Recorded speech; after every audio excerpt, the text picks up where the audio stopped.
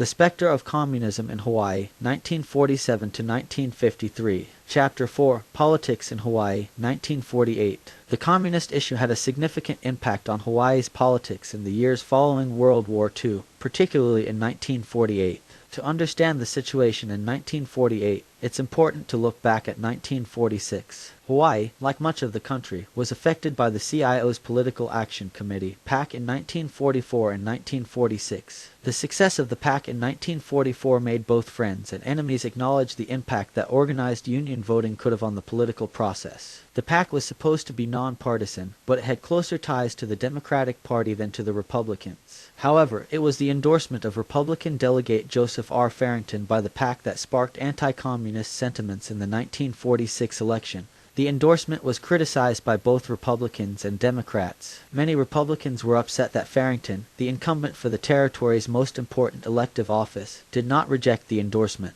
The chairman of the Territorial Republican Central Committee, Roy Vitase, stated, "We want a government run by and for the people of this territory, instead of for the PAC, other organized minorities, communist front organizations, and pressure groups." The Republican Campaign Committee passed a resolution that no Republican candidate could speak from a PAC platform, but to be respectful to Farrington, they did not ask any candidate to repudiate a PAC endorsement.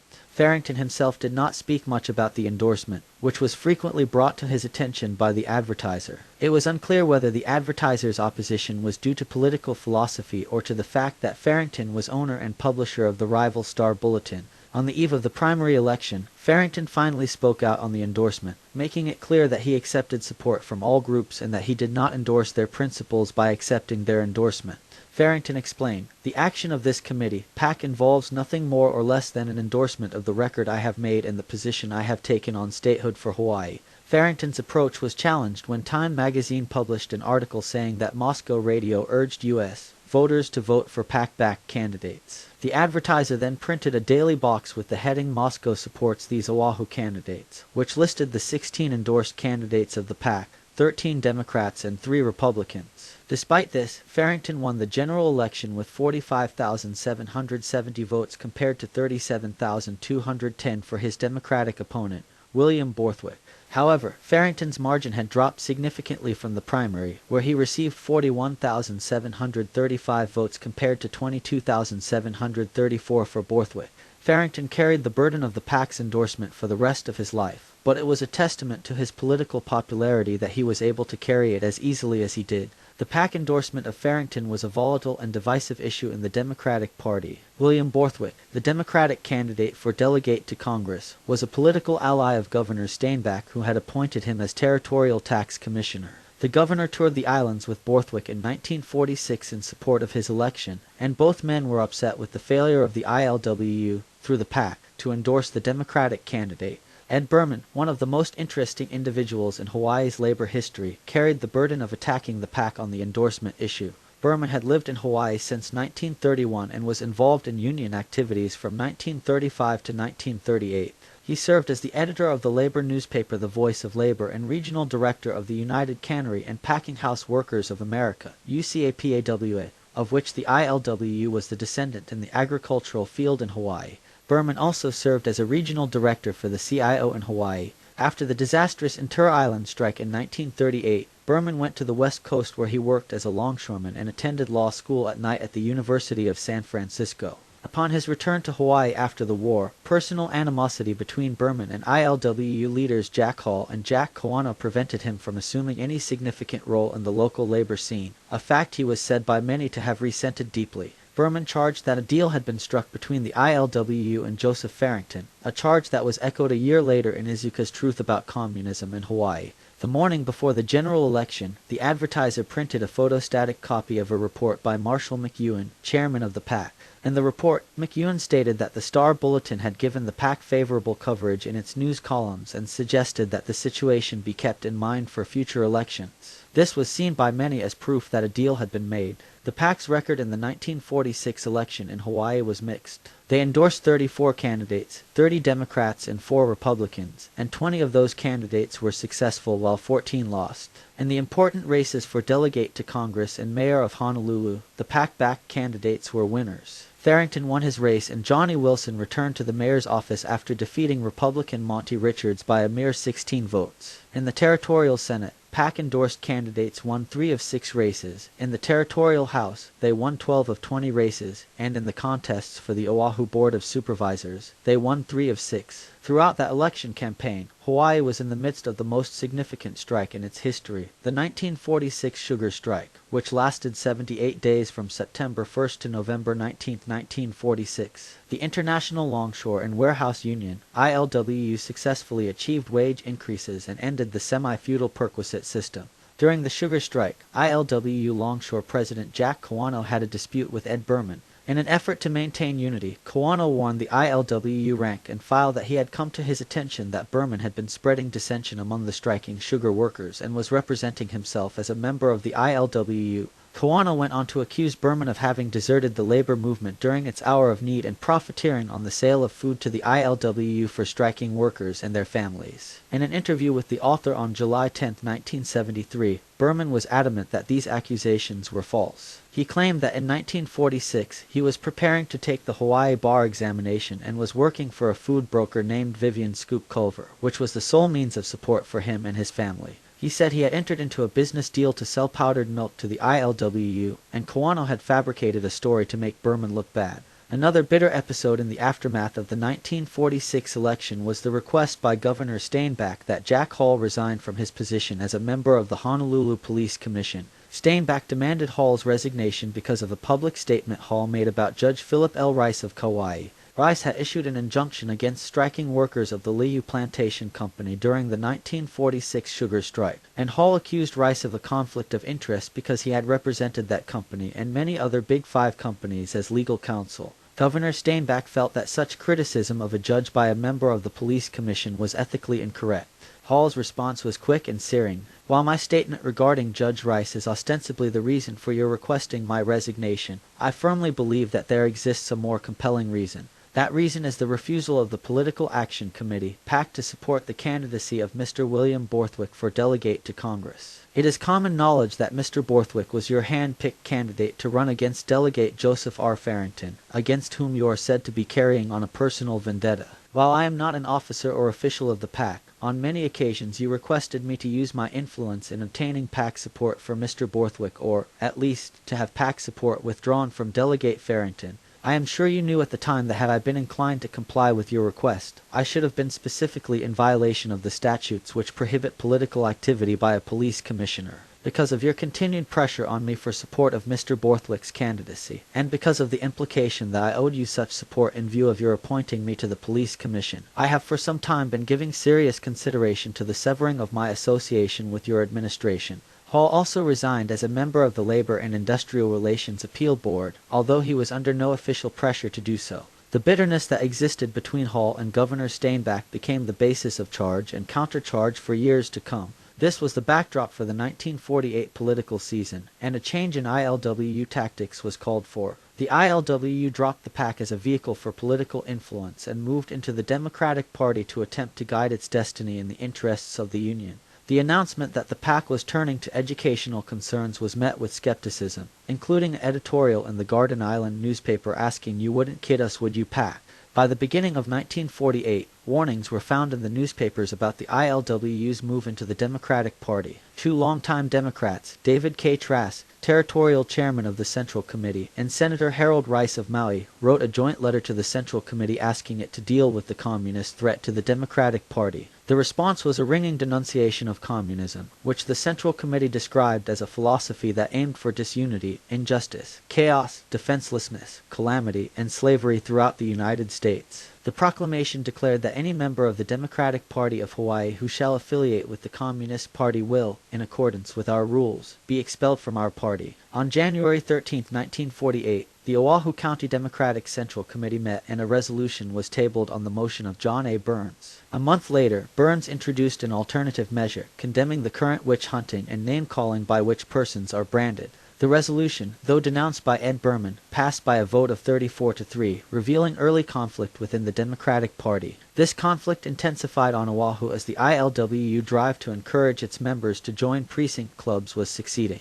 The ILWU concentrated on the 23 defunct precinct clubs on Oahu, but did not ignore the other 44 clubs. The new club members called on the county chairman, Lau Achu, to disband all precinct clubs at midnight on March 31, 1948, and order them to reorganize on April 1st. Charles M. Haight, acting territorial chairman due to David K. Trask's ill health, supported Lau's action, and the battle lines were drawn. This resulted in a strong, but not majority, position of ILWU members in Oahu's precinct clubs and in the delegations they sent to the Democratic Party's convention on May 2, 1948. In the midst of the controversy over the precinct clubs, there was a move to establish an anti-communist Young Democrats Club, led by Ed Berman and Art Rutledge, the frontmen in the Steinbach wing of the Democratic Party. Rutledge defended his position, saying among the red element here in Hawaii, the worst thing you can call a man is a Steinbach Democrat. I call that a compliment and something far better than being a stooge of Stalin. John A. Burns sought the middle ground, saying we don't question the motives of those who join the Democratic Party. It is not up to us to judge whether they are communists, or ILWU, or anything else. If, after joining, they fail to abide by the party rules and policies, then the party itself has the power to act.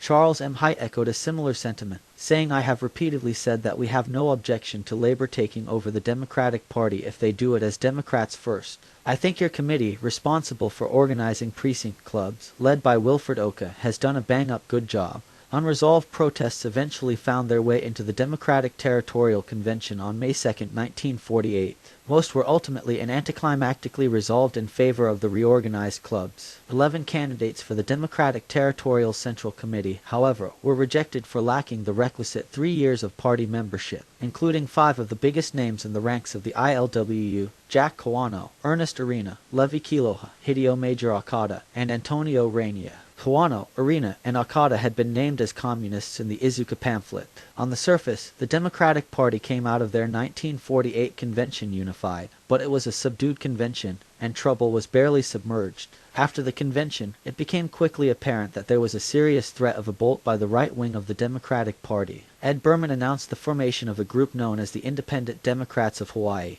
The organization went nowhere in 1948, but it proved to be the harbinger for 1950 when the Democratic Party did come unglued. When the Democratic Women's Organization of Hawaii met on May 13, 1948, they declared themselves opposed to communism. As if to compensate for the failure of the Democratic Party convention to do so, they voted their support for the Truman and Steinbach administrations. Mrs. John E. Parks was elected president of the Democratic Women's Organization after Victoria K. Holt declined the nomination. Holt had other things in mind, and on May 25, 1948, she announced that she would be a candidate in the Democratic primary race for delegate to Congress. Her announcement came as a surprise to the party leaders who had no comment for the press. Holt was to run her campaign on one issue, and one issue alone: communism. As summer moved on, the campaign began to heat up. The Democrats were dealt a blow when T. Longley quit as president of the 30th Precinct Club of the 5th District on Oahu. Longley had been in the Democratic Party for 36 years and was chairman of the Hawaii Statehood Commission. Longley wrote to Wilfred Oka, secretary of the Oahu County Central Committee, that, since the Democratic Territorial Convention, I have become convinced that the subversive and radical elements are in control of the party with whom I, as an American and Democrat, do not agree. I now feel that I can be of more service to the party and the territory if I hold no office. On Kauai, George Aguirre, who had returned to the Democratic Party in the spring and announced his intention to stand for re-election to the Territorial House of Representatives, offered a resolution to the Kauai Democratic Convention that was scathingly anti-communist in tone and content. He called the Communist Party a secret organization devoted to the overthrow of the government of the United States by force and violence. The resolution ended with the assertion that communism is slavery and atheism. The Kauai Convention tabled Aguirre's resolution and passed a more moderate statement calling upon Democrats to appreciate the significance of their heritage and with cool and calculated courage face and deal with the avowed communists of Hawaii, any other subversive group that may seek to overthrow the free institutions of the territory of Hawaii. Governor Steinbach, still smarting from 1946 and the implied repudiation of the recent Territorial Democratic Convention, did not directly involve himself in the 1948 campaign. However, he did not stop preaching the evils of communism and told the 15th Annual Young Buddhists Association Convention at Hilo that this territory is, as the communists themselves boast, the most fertile field in the whole United States for communist infiltration. He added that the most numerous converts in the territory are the Japanese Americans, but was quick to say that the record of my friendship and respect for the Japanese of this territory is beyond question. The young Buddhists, not to be outdone by the governor, passed a resolution saying, when one removes the various masks of liberalism behind which it hides, one sees the devil face of communism, the syphilis of civil government. On August 23, 1948, Mrs. Alice Kamakilla Campbell, a former Democratic senator from Maui and a recent convert to the Republican Party, announced that she would run for the territorial Senate from Oahu, where she now lived. In an interview with U.S. Senator Guy Cordon of Oregon, who was in Hawaii to hear testimony on the statehood issue, Campbell instructed the senator, "Why has all this communism come into the country? From the Japanese, because they do not have enough land to live on." She went on to explain that the same lack of land had been the cause of the Russian Revolution in 1917, and then warned, "They tell you the Chinese and Japanese hate each other. Don't you believe it, Senator? They are tied together. What is to prevent the Russians from saying to the Japanese and the Chinese, 'You come and fight for us, and we'll give you the territory of Hawaii'?" Refusing to endorse the Republican Party plank for statehood, Campbell was denied participation in Republican rallies. She ended up running a rather odd campaign in tandem with Victoria K. Holt, a Democrat who shared with Mrs. Campbell a common Hawaiian ancestry and a passionate distaste for communism. In a power play against Mrs. Holt, several members of the Territorial Democratic Central Committee supported William Borthwick's announcement on August 28, 1948, that he would run for delegate to Congress if Mrs. Holt withdrew. In his announcement, Borthwick suggested the campaign he might have run and commented, "If I am defeated by Delegate Farrington, it will show conclusively that subversive elements are in control of Hawaii." However, Victoria K. Holt did not withdraw, and 2 days later, Borthwick withdrew from the race and went on a vacation to the mainland. The next day, John Burns announced his candidacy for the office. At the start of September, Tom O'Brien released a pamphlet entitled The Plot to Sovietize Hawaii. The Hilo radio announcer and Honolulu Advertiser correspondent warned his readers about the enemies of democracy among us, who are gambling mightily on a rapid timetable built around the territory's 1948 elections. O'Brien charged that the ILWU had taken over the Democratic Party in the territory and that the plot was hatched in November 1947, when Harry Bridges sent J.R. Robertson to the islands for conferences with 9 trusted friends. The goal was to take over the Democratic Party and make secret alliances with Republicans to have some influence in the appointment of a governor in case of a Republican president in Washington, D.C. According to O'Brien, Jack Kawano was assigned the task of overhauling the Democratic Party and picked 2 assistants, Marshall McEwen and Wilfred Oka, who tackled the job with almost fanatical enthusiasm. O'Brien continued with an analysis of the goals of this nefarious plot. They included the control of the territorial legislature and the boards of supervisors on each island, the elimination of Governor Steinbach, the preparation of CIO union members for prolonged labor strife, and finally, the creation of a crisis justifying the intervention of the ILWU-controlled state legislature. How was the plot working? O'Brien explained, "The ILWU made a clean sweep of the Territorial Democratic Convention and holds in a tight fist today not only the Democratic Party's Territorial Central Committee, but also the county committees on Oahu, Hawaii, Maui, and Kauai, and looks confidently to the appointment of a new governor willing to submit to their advances." Simultaneously, the union has pushed the third objective, preparing the membership for a prolonged strike. A letter to the international representatives, however, emphasized that the strike cannot be expected to materialize until after the elections, forestalling a repetition of the mistake of 1946. The timetable is on schedule. Christmas 1948, if the ILWU plans hold to schedule, will find Hawaii in the grip of the most widespread, paralyzing strike in its history. The sponsor of O'Brien's rather extravagant literary effort was, according to the Honolulu Star Bulletin, none other than Big Island Republican Senator William C. Doc Hill, one of the leading anti-statehood advocates in the territory of Hawaii. Into this highly charged political atmosphere came the Republican candidates for the delegates' race. On September 2, 1948, Delegate Joseph R. Farrington, seeking his 4th term, was the first to enter the race. The following day, Walter H. Dillingham entered the race, creating the first primary contest among Republicans for the delegate's seat in over 20 years. Among the 43 signatures on Dillingham's petition were those of Lauren P. Thurston, the publisher of the Honolulu Advertiser, and Doc Hill, Dillingham was a nephew of Carolina business leader Walter F. Dillingham and a cousin of Benjamin F. Dillingham, the Republican senatorial candidate. Dillingham had served in the Territorial House for 2 terms, one before the war and one after. During the war, he was a combat pilot and regularly called attention to this fact by flying his own plane around the campaign circuit.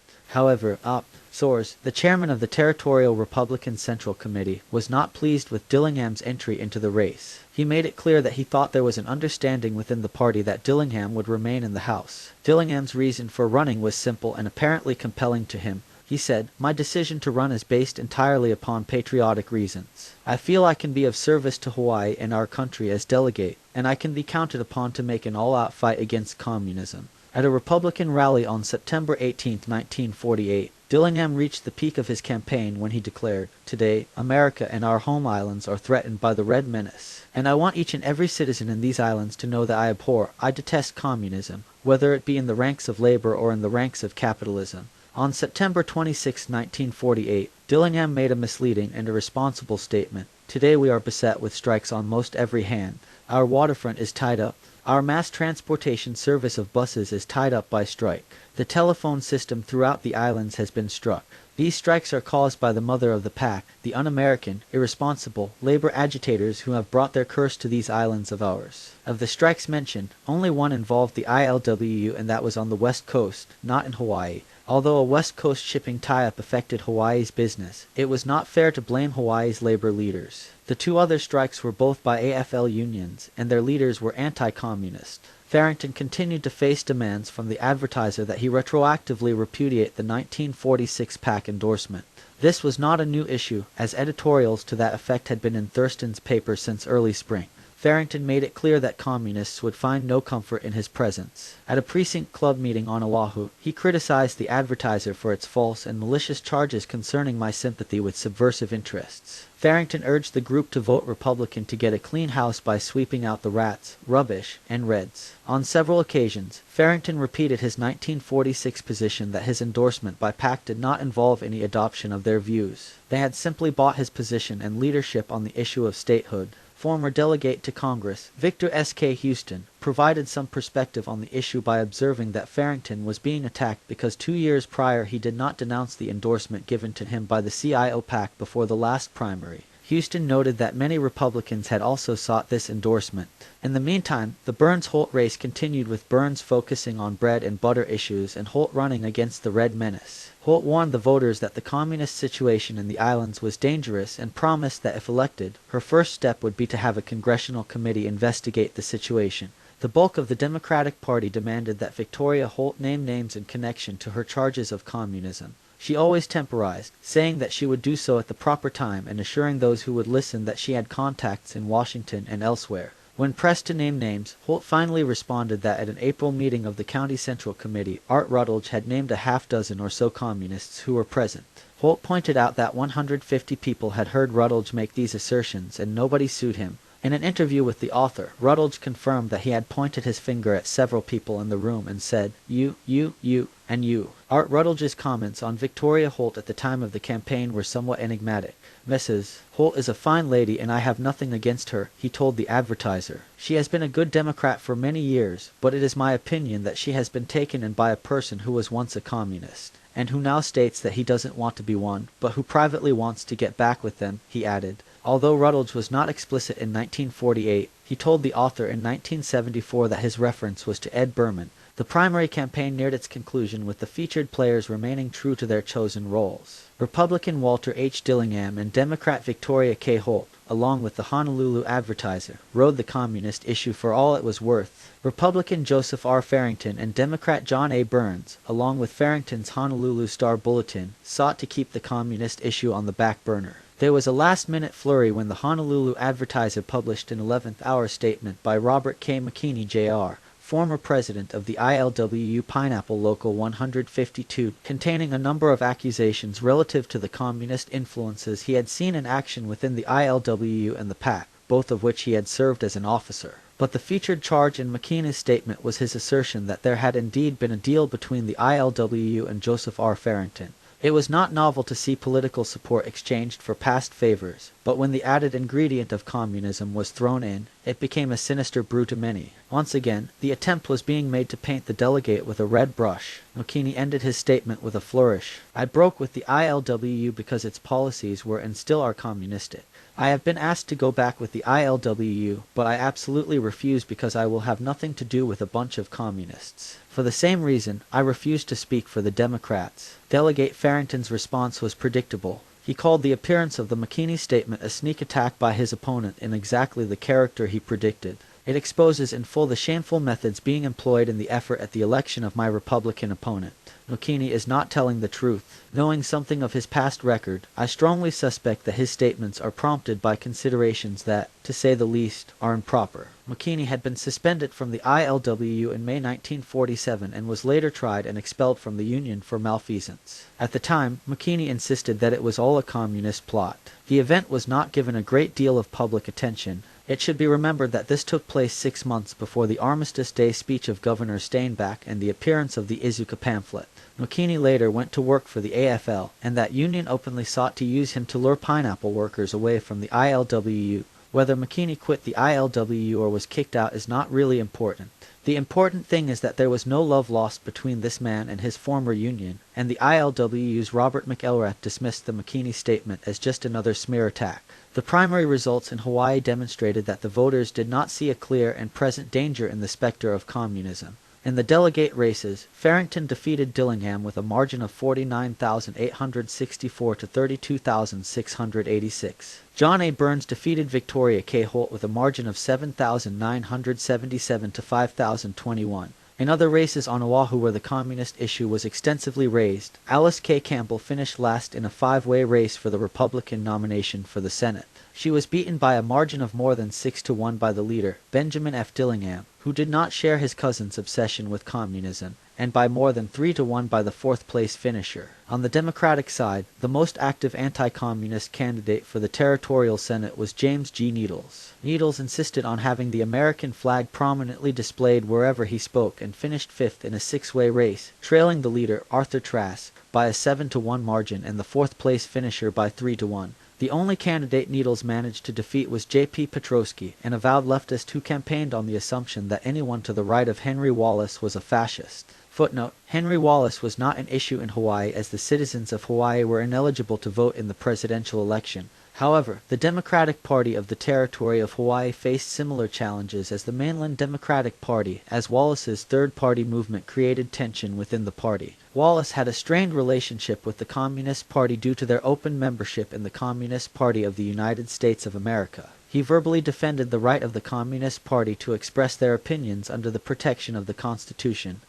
But in practice, Wallace feared the stigma of association with communism. In June 1948, Wallace had an interview with Edward R. Murrow where he stated that he would not repudiate any support based on an interest in peace and that he believed in democracy. However, a few days later in Burlington, Vermont, Wallace indicated how the issue of relations with the communists greatly concerned him and stated that if the communists had their own ticket, the new party would lose 100,000 votes but gain 4 million. For a comprehensive account of Wallace's campaign in 1948, see Curtis D. MacDougall's Gideon's Army. MacDougall is particularly good on the relationship between the Progressive Party and the Communist Party, which had begun to purge itself of communist elements within the organization, including the ILWU. In Hawaii, the ILWU became the burden of the Democratic Party due to smears of red domination. Footnote end. In the Outer Islands, the anti-communists fared no better in Hawaii's 1948 primary elections. Amos Ignacio, who had billed his Big Island Senate campaign as a showdown with communism, finished 7th out of 7 in the Democratic primary. Ikoni Puel, who had joined with Ignacio in the Union of Hawaiian Workers, sought re-election to the Territorial House of Representatives from the 2nd District in West Hawaii.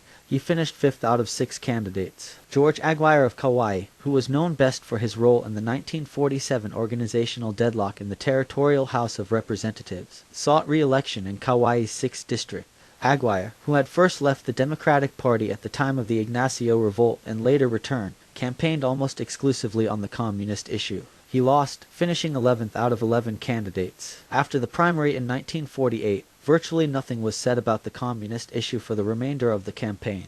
There was bitterness within the Democratic Party over the failure of Governor Steinbach to support the regular party organization, and attempts were made to have President Truman, who had just won a stunning victory over Governor Thomas E. Dewey of New York, drop Steinbach.